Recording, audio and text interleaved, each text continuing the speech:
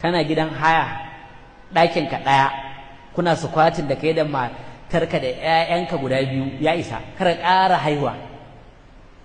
Ni na gaya maka wannan, kar ka ƙara haihuwa, ka ta musu tarbiyya, ka ta musu addu'a Allah ya raya su, ka musu tarbiyya ta addini, su yi sallah, su yi azumi, su san Qur'ani, su koyi sana'a, ka ba su tarbiyya. Shi ma mai kuɗin kar ya damu sai ya tara mai ƴaƴansa dukiya ya mutu ya bar musu, domin kai ma ba babanka ba ne ya tara maka wannan kuɗin, samu kai a sama.